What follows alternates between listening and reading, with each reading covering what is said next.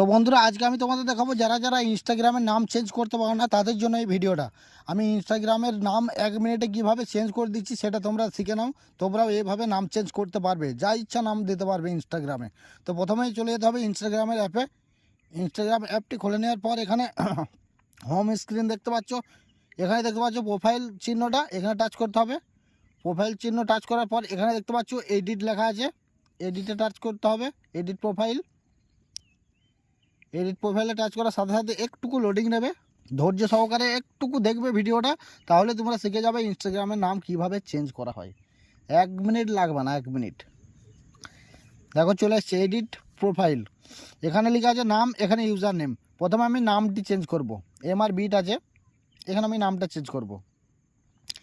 এখানে চেঞ্জ করব, যাই হোক আমি একটা রেখে দিচ্ছি রাহুল।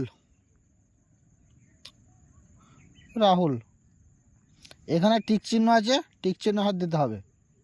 চেঞ্জ নেম, এখানে টাচ করতে হবে। চেঞ্জ হয়ে গেল। ইউজার নেমটা হচ্ছে মেন, এটা ডিসপ্লে শো করে। ইউজার নেম এখানে লেখা আছে MR বিট অফিসিয়াল, এটাকে আমাকে কাট করতে হবে। এখানে আমাকে দিয়ে দিতে হবে যাই হোক রাহুল।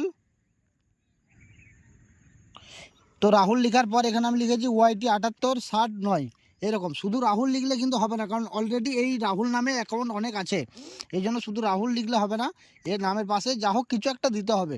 তো এইভাবে তোমরা নাম চেঞ্জ করতে পারবে। এখানে টিক চিহ্ন আছে, এখানে টাচ করে দেবে, একটুকু লোডিং নেবে, একটুকু ধৈর্য ধরে দেখতে হবে। তো একটা কথা বলে দিন, নাম চেঞ্জ হয়ে গেল। এই নাম কিন্তু 14 দিনের আগে আমি আর চেঞ্জ করতে পারবো না। প্রোফাইলে গিয়ে দেখো রাহুল লেখা আছে, আর এখানে রাহুল YT 7869। 14 দিনের আগে আমি আর নাম চেঞ্জ করতে পারবো না।